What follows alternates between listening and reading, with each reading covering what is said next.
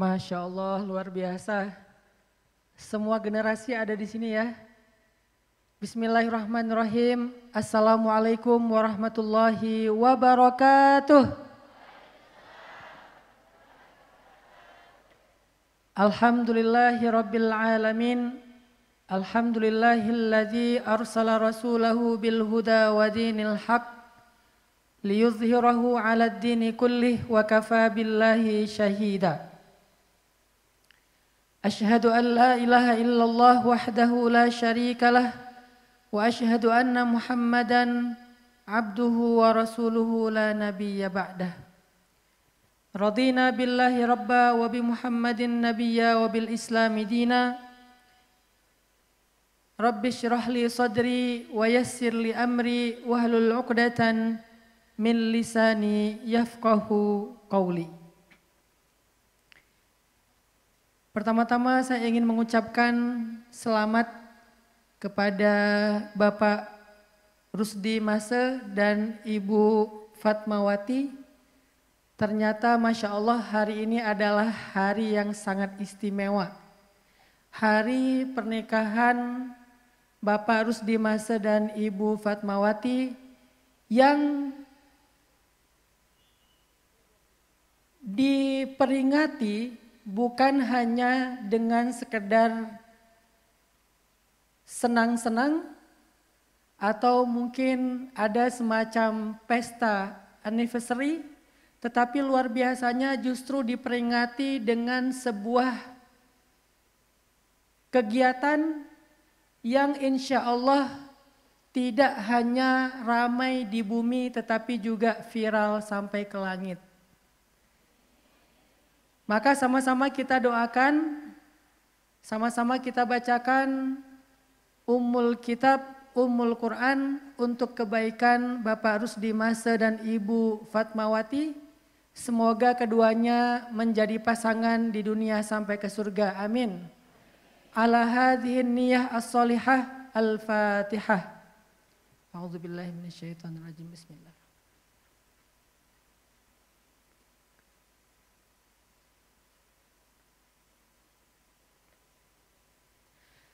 Baik, terima kasih. Yang kedua, hari ini kita juga mendapatkan kabar dan berita yang sedih. Karena ipar dari Ibu Fatmawati kalau tidak salah ya, hari ini telah berpulang kepada Allah Subhanahu wa taala, yaitu Bapak Haji Andi Aris, betul Ibu? Maka dari itu saya mengajak Bapak Ibu semuanya sama-sama kita mendoakan beliau. Semoga beliau mendapatkan husnul khatimah dan diterima segala amal solihnya, dimaafkan segala kesalahannya, diangkat derajatnya dan dikumpulkan bersama ahli surga insya Allah. Ala hadhihi niyah wa kullin niyatis solihah al-fatihah.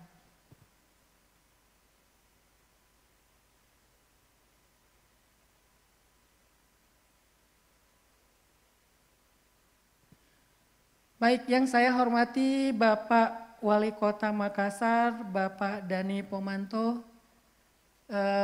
Bapak Kapolres Sidrap, Bapak AKBP Erwin Syah, kemudian Ketua DPRD Kabupaten Sidrap, Bapak Ruslan SH, kemudian Bapak-bapak tokoh dan tamu undangan, para alim ulama yang telah hadir pada kesempatan ini, dan khususnya buat semua Bapak Ibu, adik-adik, saudara-saudara yang hari ini hadir dalam kegiatan tabligh akbar yang penuh dengan kebaikan ini. Karena hari ini adalah hari istimewa khususnya buat Bapak Rusdi dan Ibu Fatma, maka saya pengen sharing tentang masalah keluarga. Mudah-mudahan sharing dan cerita-cerita inspirasi ini bisa menjadi energi yang selalu menghangatkan rumah tangga, khususnya Bapak Rusdi dan Ibu Fatmawati, dan umumnya buat kita semua. bahwa rumah tangga adalah fondasi peradaban. Kalau kita bicara tentang sebuah bangsa, bicara tentang sebuah masyarakat, bicara tentang sebuah negara, maka hal yang paling realistis harusnya kita bicarakan untuk segala kebaikan yang besar itu bicara tentang keluarga.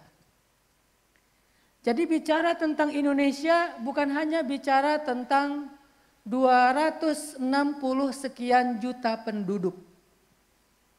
Bicara tentang Indonesia bukan hanya bicara tentang pembangunan fasilitas-fasilitas fisik. Bicara tentang Indonesia bukan hanya bicara tentang kepulauan dari mulai Sabang sampai Merauke, Sumatera, Jawa, Kalimantan, Sulawesi dan seterusnya. Tapi bicara tentang Indonesia adalah bicara tentang keluarga yang ada di dalamnya. Kenapa? Kalau seandainya Indonesia itu adalah sebuah bangunan yang besar, maka tonggak tiang yang menjadikan bangunan itu berdiri kokoh adalah keluarga-keluarga yang ada di dalam bangsa Indonesia. Sehingga tidak akan berdiri bangunan yang bernama Indonesia, tidak akan berdiri bangunan yang bernama bangsa Indonesia kalau keluarganya itu adalah keluarga yang rapuh. Kalau keluarga yang ada di dalamnya adalah keluarga-keluarga yang penuh dengan masalah, krisis. Kalau keluarga yang di dalamnya anak-anaknya durhaka kepada orang tua. Kalau keluarga yang di dalamnya seorang suami gak sengaja banting istrinya. Kalau keluarga yang di dalamnya ada istri yang terus mendebat suaminya. Kenapa ibu-ibu ketawa? Ini bukan lagi lambe turah syariah ya. Kita lagi tausiah. Ternyata fondasi atau bahkan tiang dari sebuah bangsa itu kata para ulama adalah al-usrah, keluarga. Itulah kenapa ayat-ayat tentang peradaban, ayat-ayat tentang sebuah masyarakat, ayat-ayat tentang sebuah bangsa yang ada di dalam Al-Quran selalu dikaitkan dengan masalah keluarga. Setiap ayat itu ada hubungannya dengan keluarga. Seolah-olah Allah lagi nyentil kita, lagi ngasih kita kode bahwa kalau kita ingin mendirikan sebuah bangsa yang besar, mulailah dari mendirikan keluarga kecil yang sejahtera. Keluarga kecil yang bahagia, keluarga kecil yang sakinah, mawaddah, warahmah. Itulah yang akan menjadi tiangnya negara, tiangnya sebuah bangsa.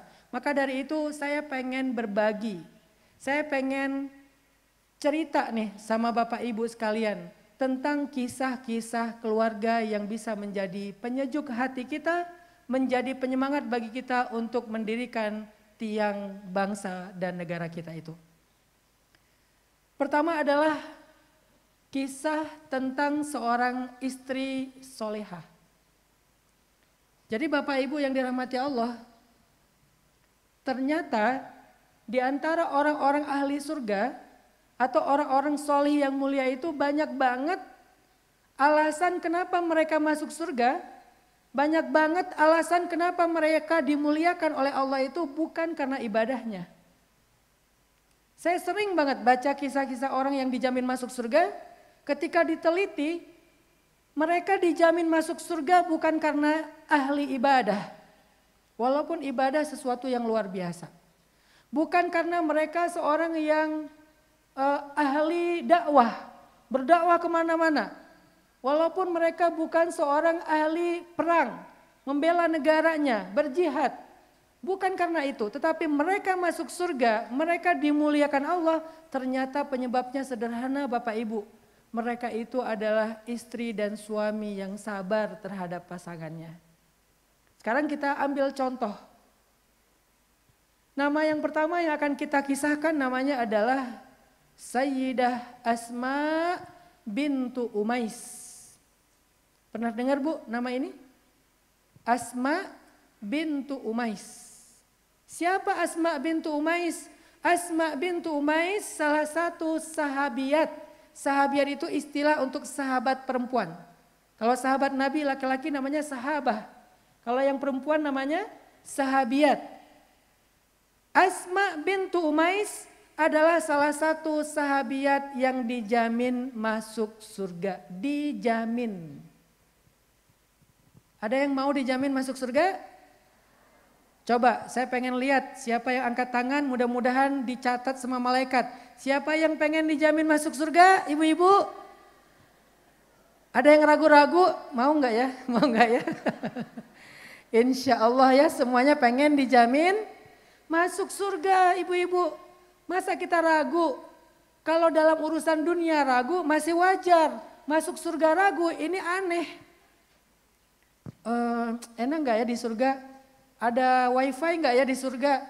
Bisa dapat kuota nggak ya di surga? Wah, di surga itu tidak ada lagi khaufun walahum yahzanun. Tidak ada kecewa, tidak ada sedih, semuanya bahagia.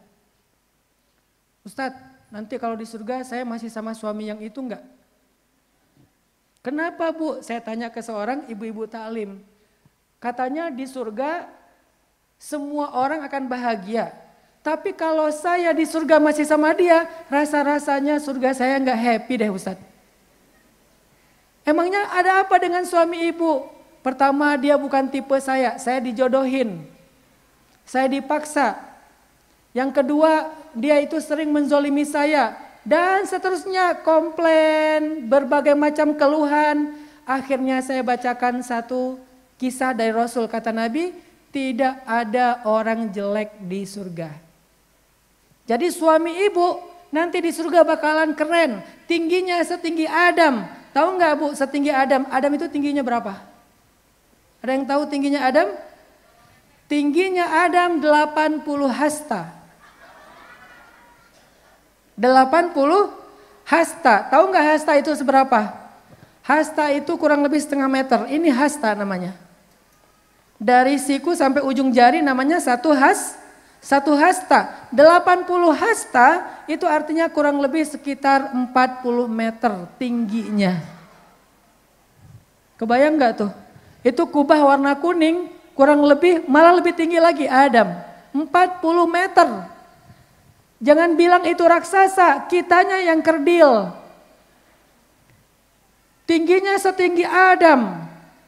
Wajahnya seganteng Yusuf. Ibu-ibu ada yang tahu seperti apa gantengnya Nabi Yusuf? Ada yang tahu? Gantengnya Nabi Yusuf ukurannya gini Bu. Kalau ibu-ibu megang pisau, terus ngiris tangannya sampai berdarah sambil ngelihat wajah Yusuf, itu enggak sakit. Itu ukuran gantengnya. Sekarang coba tes ke suami. Di sini manggil suami apa? Ayang, Masya Allah, luar biasa ya. Kabupaten Sidrap manggil suami Ayang, Masya Allah.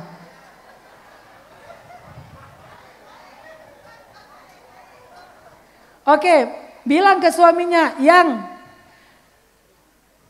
ini ada jarum pentul, bukan pisau, jarum pentul. Ngambil dari jilbab. Satu jarum pentul, aku pengen tes kamu ganteng apa enggak. Kalau aku tusuk jari aku dengan jarum pentul, sambil ngelihat wajah kamu, aku sakit, berarti kamu enggak ganteng. Tapi kalau aku tusuk sampai berdarah dan enggak sakit, berarti kamu ganteng. Kira-kira sakit enggak Bu? Masa sih? Masya Allah. Artinya apa Bu?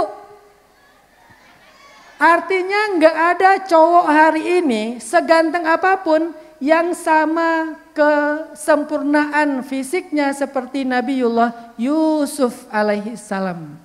Buat anak-anak muda nih, mungkin sebagian ada yang tahu Army BTS.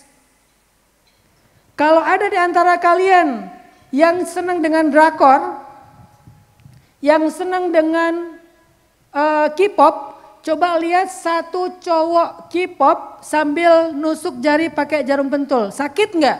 Kalau sakit berarti dia nggak ganteng. Karena Nabi Yusuf saking gantengnya bukan cuma ditusuk jarum pentul, diiris pakai pisau buah yang tumpul berdarah tapi nggak berasa sakitnya. Saking gantengnya Yusuf. Seperti itulah gantengnya suami ibu nanti di surga. Jadi jangan ragu-ragu diajak masuk surga ya. Tingginya setinggi Adam, gantengnya seganteng Yusuf, gagahnya seperti Musa. Musa itu terkenal sebagai nabi yang paling kuat. Sampai malaikat datang ditonjok sama Musa karena malaikat menjelma sebagai seorang laki-laki, dikirain siapa? Buta matanya. Saking kuatnya Nabi Musa, ngangkat batu sendiri. Dan akhlaknya seperti Nabi Muhammad sallallahu alaihi wasallam. Yang gak pernah membentak istri, gak pernah cemberut kepada istri, yang ucapannya selalu menyenangkan hati istri, itulah suami dari perempuan-perempuan ahli surga. Sekarang saya mau nanya sekali lagi, siapa yang pengen masuk surga di antara ibu-ibu? Masya Allah, amin. Semoga semua yang angkat tangannya menjadi ahli surga, amin. Kita tadi cerita tentang siapa Bu? Perempuan siapa tadi yang kita ceritain? Asma bintu Umais. Ini nama jarang dibahas. Yang sering dibahas itu kan Sayyidah Khadijah, Sayyidah Aisyah, Fatimah, siapa lagi? Zainab ya. Asma bintu Umais ternyata salah satu perempuan yang sangat mulia dan bahkan dia dijamin masuk surga. Sehingga siapapun yang pengen dijamin masuk surga seperti Asma, belajarlah dari dia. Apa kata Nabi kepada Sayyidah Fatimah? Fatimah putri kesayangan Nabi Muhammad. Kata Nabi, wahai anakku Fatimah, pergilah kamu ke rumah Asma. Sesungguhnya Asma itu ahli surga, maka belajarlah darinya. Nabi menyuruh putrinya yang sangat istimewa yaitu Sayyidah Fatimah untuk belajar kepada Asma agar bisa menjadi ahli surga. Padahal kita tahu Fatimah juga dijamin masuk surga. Kalau Fatimah aja disuruh belajar kepada Asma, bagaimana dengan kita?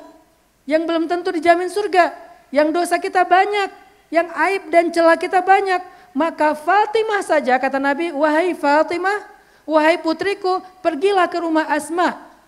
Dia itu ahli surga, belajarlah dari dia. Maka Fatimah pergi ke rumah Asma. Tok tok tok, assalamualaikum. Waalaikumsalam. Masya Allah, Fatimah Az-Zahra, putri Rasulullah, ada apa? Kenapa Fatimah datang ke rumahku? Kalau butuh apa-apa panggil aja biar aku yang datang. Kalau dulu nggak bisa miss call ya, nggak bisa chat, nggak bisa update status, jadi nggak ketahuan, harus manggil ke rumahnya. Wahai Fatimah, apa yang bisa aku lakukan? Katakan, biar aku yang datang ke rumahmu, tidak perlu engkau yang susah payah datang ke rumahku. Kata Fatimah, wahai Asma, aku diutus ayahku untuk belajar kepadamu. Asma makin bingung, Fatimah perempuan yang sempurna, satu dari 4 perempuan sempurna. Karena kata Nabi, kamula minar rijali katsir, walam yakmul minan nisa illa arba'ah. Laki-laki sempurna itu banyak. Siapa mereka? Para nabi, 125.000. Tapi tidak ada perempuan yang sempurna kecuali 4 saja. Perempuan di dunia yang sempurna cuma 4 orang. 1, Asiyah, istri Fir'aun. 2, Maryam ibunda Isa alaihissalam. 3, Khadijah istri Rasulullah. Dan keempat, Fatimah bintu Rasulillah. Jadi Fatimah satu dari perempuan yang sempurna di muka bumi, sempurna. Tapi walaupun sempurna, Nabi masih nyuruh Fatimah belajar kepada Asma. Kebayang gak kemuliaan Asma itu seperti apa? Aku disuruh ayahku datang kepadamu wahai Asma. Ada apa wahai Fatimah? Aku disuruh belajar kepadamu. Makin bingung Asma mau ngajarin apa kepada Fatimah. Ahli Quran, ahli hadis, ahli fikih. Seorang perempuan yang sangat cerdas, berpendidikan tinggi, anak Rasulullah, putri Khadijah. Asma bingung mau ngajarin apa kepada Fatimah, akhirnya disuruh masuk. Duduk, ngelamun lama, mikir, ngajar apa ya? Ini sama kayak anak SD disuruh ngajarin profesor. Bingung mau ngajarin apa, masak ABCD. Tapi Fatimah mengatakan Rasulullah gak mungkin salah. Ketika Rasulullah nyuruh aku belajar kepadamu, pasti ada sesuatu yang istimewa darimu wahai Asma. Coba kamu ingat-ingat. Amalan apa yang selama ini kamu jaga? Yang aku tidak lakukan itu di rumahku atau di dalam kehidupanku. Wahai Asma, coba ingat-ingat. Ingat. Lama-lama Asma bilang, wahai Fatimah, mungkin ini yang dimaksud oleh Rasulullah. Aku punya satu amalan yang selama puluhan tahun aku jaga sampai hari ini. Fatimah mendengar, apa amalannya wahai Asma? Aku selalu berusaha untuk menyenangkan suamiku. Itu judulnya. Aku selalu berusaha untuk menyenangkan suamiku dengan segala cara. Ketika suamiku pergi, maka aku akan menjaga rumahku dan kehormatannya di sini. Aku tidak akan membiarkan satu laki-laki pun yang bukan muhrim masuk ke rumahku tanpa izin dari suamiku. Aku jaga kehormatan suamiku. Kalau hari ini keluar rumah tidak lagi hanya dengan fisiknya. Ibu-ibu tidak perlu keluar rumah hanya dengan melangkah keluar dari pintu. Hari ini kita bisa keluar rumah tetapi fisik kita masih ada di dalam rumah. Gimana caranya, Bu? Lewat sosial media. Hari ini kita bisa keluar rumah dengan joget-joget di TikTok. Posting. Lalu lihat siapa aja yang menonton acara kita, joget-joget kita. Sehingga dengan kita posting, kita bahagia kalau orang lain nge-like, nge-share, maka kita sudah keluar rumah. Walaupun fisik kita masih ada di dalam rumah. Terus emang gak boleh usah joget-joget di depan kamera? Boleh, tapi gak usah diposting. Joget depan kamera hukumnya halal selama tidak dipost. Terus buat siapa joget-joget itu? Kirim ke suami WA. Jam 2 siang kirim lagi begini. Suami yang tadi udah ngantuk-ngantuk di kantor, seger lagi pengen cepat pulang. Aduh kalau gitu view-nya cuma 1 Ustadz. Enggak Bu, view-nya enggak 1 Bu. Di bumi 1, tapi di langit ada jutaan malaikat yang menonton kebaikan kita dan mendoakan kita dengan kebaikan. Jadi mau ditonton malaikat, artinya didoakan malaikat atau di like sama manusia Bu?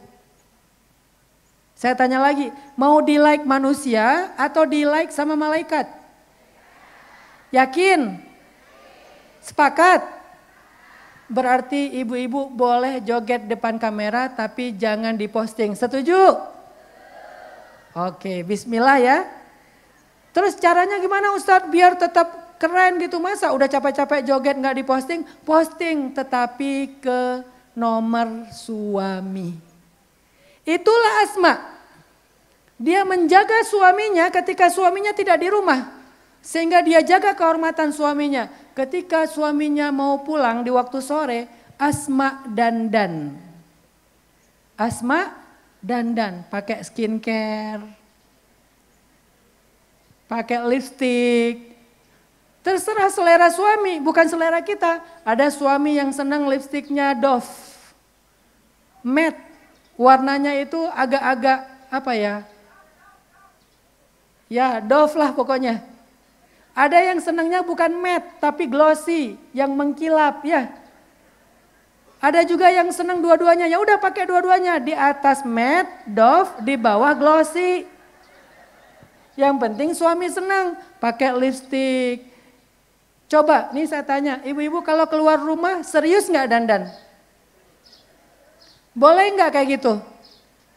Boleh, tapi kalau ketemu suami harusnya lebih serius dari itu, baru boleh.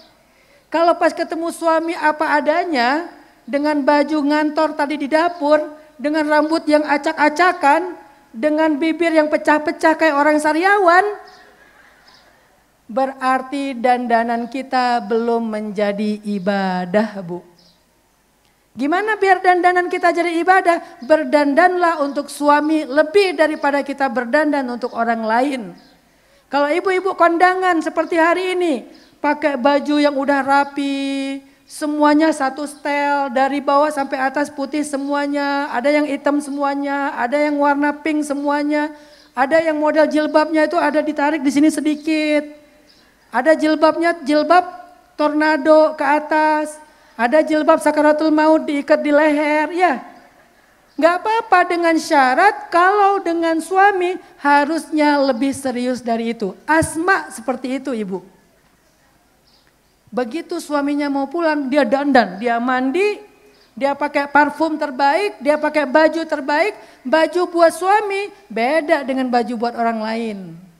Kalau baju buat orang lain dari ujung rambut sampai ujung kaki full tertutup. Kalau baju buat suami hampir full terbuka. Pakai baju buat suaminya. Dan itu ibadah. Beli skincare di pasar atau di mall, berapa ibu keluarkan buat skincare? Atau online, 200 ribu, 300 ribu. Kalau diniatkan untuk suami, maka itu sedekah pahalanya. Asma dandan. Begitu suaminya datang, dia udah siap menyambut suaminya seperti seorang queen, seperti seorang ratu menyambut raja. Maka kalau kita ngelihat banyak orang yang menyambut pejabat dengan sangat antusias, harusnya kita lebih antusias lagi menyambut suami kita. Dibukain pintu, suaminya datang, diambilkan barangnya, kemudian suaminya disiapkan air hangat. Setelah disiapkan air hangat, suaminya berendam. Setelah selesai suaminya mandi, maka Asma menyiapkan makanan untuk suaminya makan malam, ditemani makannya. Asma tidak mengambil duluan untuk dirinya tetapi untuk suaminya. Sisa dari suami baru dia makan. Walaupun makannya bareng tetapi ikannya suaminya dulu yang memilih. Apa mau kepala, mau ekor, terserah suaminya. Setelah Asma berusaha menyenangkan suaminya seharian dengan semua cara, dengan semua pengorbanan, dengan semua kebaikan, sebelum tidur Asma ambil sapu lidi kurma. Jadi orang Arab itu kalau bikin lidi, Bu, bukan dari lidi kelapa, tapi lidi pelepah kurma. Dia ambil sapu lidi kurma, diberikan kepada suaminya. Katanya, wahai Ja'far. Waktu itu suaminya Asma namanya Ja'far. Kakaknya Ali bin Abi Thalib. Wahai Ja'far, kalau hari ini ada keburukan pada diriku, kalau hari ini ada hakmu yang belum aku tunaikan, kalau hari ini ada kesalahan yang kamu simpan di dalam hatimu tentang aku, maka pukullah aku dengan sapu lidi ini, wahai Ja'far. Diberikan sapu lidi, dikatakan pukul aku wahai Ja'far kalau seandainya hari ini ada hal yang tidak berkenan bagimu tentang aku. Kira-kira suaminya mukul enggak, Bu? Enggak, sapu lidinya dibuang, Asmanya dipeluk, maka turunlah ridho dari suami kepada istri dan di saat yang sama jatuh pula ridho dari Allah kepada perempuan itu. Itulah alasan kenapa Asma dijamin masuk surga. Siap menyediakan sapu lidi di rumah? Pas suami pulang, yang nih sapu lidi, kasih sapu lidi sama suami. Mah kenapa nih sapu lidi? Pasti kamu sebel banget kan sama aku. Pukul aku dengan sapu lidi ini biar Allah ridho. Dipukul beneran, Bu. Akhirnya viral ya. Makanya suaminya juga bukan sembarangan. Suaminya Asma adalah Ja'far At-Tayyar. Laki-laki juga yang dijamin masuk surga. Jadi kalau ibu mau dijamin masuk surga, belajar dari Asma.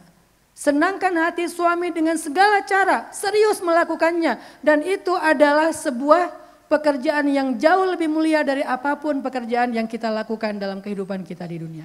Itulah Asma. Maka Fatimah menangis mendengar cerita Asma. Fatimah ingat dia belum seperti itu kepada Ali bin Abi Thalib suaminya. Kemudian Fatimah pulang ke rumahnya, minta maaf kepada Ali. Dan sejak saat itu Fatimah menjadi istri yang sangat solehah kepada Ali persis seperti Asma bintu Umais. Yang kedua, sekarang giliran bapak-bapak. Biar adil Bu ya. Tapi ini bentar lagi kayak maghrib nih Bu. Cukup segini aja gitu. Oke, biar adil ya. Satu cerita buat bapak-bapak. Bu, dulu, jangan ibu deh. Pak, dulu tuh ada sahabat nanya ke Nabi. Dia bilang, ya Rasulullah, berapa kali seharusnya saya sabar dalam sehari terhadap kesalahan istri saya? Berapa kali kesalahan istri saya dalam sehari yang saya wajib sabar, nggak boleh ngeluh, nggak boleh marah, harus sabar, nggak boleh marah. Dalam sehari berapa kesalahan istri yang harus saya terima? Tahu nggak berapa jawaban Nabi? 70 kali. Nah loh, kayaknya pulang dari sini masing-masing mengeluarkan dalil sendiri-sendiri. Mah jadilah kayak Asma, kata ibu-ibu, Pak 70 kali loh Pak. Bukannya islah malah rame. Berapa kali seorang suami harus bersabar terhadap kesalahan istri dalam sehari? Kata Nabi 70 kali. Artinya apa? Kalau belum 70 kali suami belum boleh marah kepada istrinya. Istrinya pagi-pagi bikin kesalahan, mukanya cemberut. Baru sekali. Terus bikin lagi kesalahan yang kedua. Lupa tadi belum bersihin sepatu. Pas mau berangkat sepatu masih kotor. Baru 2 kali. Yang ketiga istrinya apa? Yang keempat, yang kelima, yang keenam. Sehari sampai 69 kesalahan dilakukan oleh istri kita. Belum boleh marah. Makanya ibu-ibu catat Bu, ada berapa udah? Kalau masih 50-an, 60-an aman Bu. Belum boleh marah. Kalau udah 70 baru suami boleh marah. Tapi marahnya suami diatur oleh Al-Quran. Gak boleh marahnya langsung main tangan. Marah yang pertama dengan ucapan, memberi nasihat yang baik. Marah yang kedua dengan perbuatan, pindah tempat tidur. Siapa yang pindah? Suami, tidur di sofa. Jadi bukan istrinya yang disuruh keluar dari kamar, suaminya yang keluar. Tahjir, mereka pindah tempat tidur. Baru marah yang ketiga, kalau nggak berhasil juga, memukul dengan pukulan yang tidak menyakiti atau melukai. Memukul dengan pukulan yang tidak menyakiti atau melukai. Lebih tepatnya sebetulnya bukan memukul, nyolek Bu. Udah gitu doang marahnya. Udah 70 kali istri melakukan kesalahan, cuman disentil, cuman dicolek, cuman disenggol dikit. Nggak sampai melukai apalagi menyakiti pasangan kita. Itulah haknya istri apabila sudah 70 kali melakukan kesalahan dalam satu hari. Berat juga ya Ustadz, harus nunggu sampai 70 kali dan kayaknya nggak pernah sampai deh Ustadz. Nggak pernah sampai deh 70 kali dalam sehari, paling juga 5 kali, itu juga udah banyak. Kadang-kadang kita sekali aja udah marah. Itu artinya apa? Artinya hampir tidak ada alasan bagi suami untuk marah kepada istrinya. Hampir nggak ada alasan. Hampir tidak ada kesempatan suami marah kepada istrinya. Hampir nggak ada kesempatan. Coba Bapak Ibu bayangkan, kalau 2 cerita ini kita jadikan sebagai penyemangat kita dalam rumah tangga. Caranya gimana Ustadz? Caranya jangan saling lempar dalil. Gimana lempar dalil? Ibu-ibu menyimpan dalil tentang bapak-bapak. Pak, belum 70. Bapak-bapak nyimpan dalil tentang ibu-ibu. Mah, belum jadi Asma. Kalau gitu caranya kita nggak akan pernah lebih baik. Terus bagaimana cara kita mengamalkan cerita-cerita tadi Bapak Ibu? Amalkanlah dalil dan cerita itu untuk memperbaiki diri kita masing-masing. Bukan untuk memperbaiki pasangan kita. Sering banget saya diundang tuh dulu ya, sebelum saya bikin gerakan dakwah anak muda, saya suka ngisi taklim ibu-ibu. Kadang-kadang saya diundang sama seorang ibu, tapi ada pesanan. Ustadz, kalau bisa nanti ceramahnya tentang suami. Gimana menjadi suami yang penyabar, menjadi suami yang mengalah, menjadi suami yang gak pelit. Banyak tuh permintaan, requestnya sebelum tausiah. Sehingga ketika saya tausiah, saya ngeliat wajah bapaknya, wajah suaminya cemberut aja, ngerasa dipojokin sama ceramah saya. Besok suaminya ngundang ustadz lain. Ustadz itu adalah teman saya sendiri. Sebelum ngundang, bebas acaranya apa aja. Bisa maulid nabi, bisa Isra Mi'raj, bisa apapun momentumnya.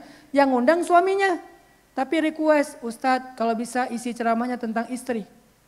Gimana biar istri itu menjadi istri yang solehah, yang taat sama suami, gak suka ngebantah. Akhirnya mereka terus menerus saling mengundang ustadz untuk menceramahi pasangannya. Harusnya kita mengundang ustadz untuk menceramahi diri kita sendiri. Harusnya kita belajar Al-Quran, belajar hadis, belajar kehidupan Nabi dan sahabat, bukan untuk mencari tahu kesalahan pasangan kita, tetapi untuk memperbaiki kesalahan diri kita sendiri. Itu baru benar Bapak Ibu. Makanya 2 cerita pendek tadi, coba kita ambil masing-masing untuk diri kita, bukan untuk pasangan kita. Tutup mata tentang dalil untuk pasangan kita, tutup. Kenapa? Biar kita tidak menuntut lebih. Harusnya sih tadi saling tutup telinga ya, biar gak dengar. Tapi gak apa-apa deh. Yang penting kita berusaha untuk mengamalkan dalil itu untuk diri kita sendiri, bukan untuk pasangan kita. Yang terakhir, ini kisah penutup, 1 bonus untuk suami. Ada seorang laki-laki di kota Mekah, dia itu setiap hari dimarahi istri. Setiap hari dicela sama istrinya, setiap hari dimaki sama istrinya, setiap hari dibentak sama istrinya. Dia itu termasuk suami-suami takut. Masya Allah. Mumpung istrinya nggak ada. Suami-suami takut istri. Sehingga setiap hari dia dimarahi, dicela, dimaki, dibentak, dibuka aibnya oleh istrinya. Istrinya ngumbar kemana-mana, suami saya itu begini, suami saya itu begitu. Tapi dia sabar bapak-bapak. Sampai setelah 20 tahun kayak gitu, setiap hari selama 20 tahun, akhirnya dia nyerah. Dia pergi dari rumah, dia minggat, dia lari dari rumah, dia pengen menyendiri untuk menenangkan diri dan mungkin dia akan mencari perempuan lain yang lebih baik untuk dia nikahi. Pergilah dia. Ketika dia sampai di sebuah gua, dia tertidur dalam kesendiriannya, dia bermimpi ketemu malaikat. Apa mimpinya? Malaikat ngomong kepada dia, "Ya fulan, tahukah kamu selama 20 tahun ini kamu adalah orang yang paling sering kami dengar namanya disebut di surga. Kamu adalah orang yang paling sering disebut-sebut di langit. Kamu adalah orang yang paling sering disebut di arasy Allah. Allah sayang kepadamu. Allah berikan kebaikan kepadamu di akhirat. Allah angkat derajatmu setiap hari. Tahu nggak kenapa kamu diberikan kemuliaan seperti itu selama 20 tahun? Karena kamu sabar terhadap kejahatan istrimu. Tapi mulai saat tadi malam kami tidak lagi mendengar namamu disebut di surga. Kami tidak lagi mendengar namamu disebut di langit. Allah tidak lagi membangga-banggakan namamu di arasy dan majelis yang lebih besar. Karena kamu berputus asa. Akhirnya dia bangun dari tidur, dia sadar, dia nangis, dia kembali lagi ke Mekah. Dan kemudian dia temui istrinya dengan senyum. Setiap kali istrinya marah, dia tersenyum. Sampai akhir hayatnya, kemudian dia wafat sebagai seorang ahli surga. Ternyata alasannya menjadi ahli surga itu karena kesabarannya terhadap istri. Yang tadi 70 kali dalam sehari. Mudah-mudahan cerita-cerita singkat ini bisa menjadi penyemangat dalam kita membangun rumah tangga. Balik lagi seperti yang pertama bahwa Keluarga, rumah tangga adalah tiang peradaban. Rumah tangga adalah tiang sebuah bangsa. Dan yang bisa menjaga tiang itu tetap berdiri tegak, yang pertama-tama justru adalah suami istri itu sendiri. Bukan anak, bukan pembantu, bukan asisten, bukan supir, bukan tetangga. Mereka nggak ada yang bisa menegakkan tiang keluarga. Yang bisa menegakkan tiang keluarga adalah suami istri itu sendiri. Untuk menegakkan tiang keluarga, belajarlah kepada siapa? Asma, dan belajarlah tentang 70 kesalahan dalam sehari. Mudah-mudahan ini bermanfaat. Sekali lagi terima kasih dan sukses selalu buat Bapak Rusdi dan Ibu Fatmawati. Sukses juga untuk Pondok Pesantren Muammar Gandinya. Semoga ini menjadi sebuah rahim peradaban yang akan lahir dari sini para pemimpin-pemimpin Indonesia masa depan. Yang bukan hanya hafiz Al-Quran, tetapi juga mereka rahmatan lil alamin. Baik kepada masyarakat, baik juga kepada bumi. Karena hari ini kita menyaksikan banyak dari bangsa kita yang sudah tidak peduli dengan bumi, gak peduli dengan sampah, gak peduli dengan lingkungan, gak peduli dengan hutan dan alam. Kita berharap dari pesantren Muammar Gandhi ini akan lahir pemimpin-pemimpin yang ideal seperti Umar bin Khattab, Abu Bakar As-Siddiq, Utsman bin Affan, Ali bin Abi Thalib, dan juga orang-orang soleh sebelum kita. Barakallahu fikum, billahi taufiq wal hidayah. Wassalamualaikum warahmatullahi wabarakatuh.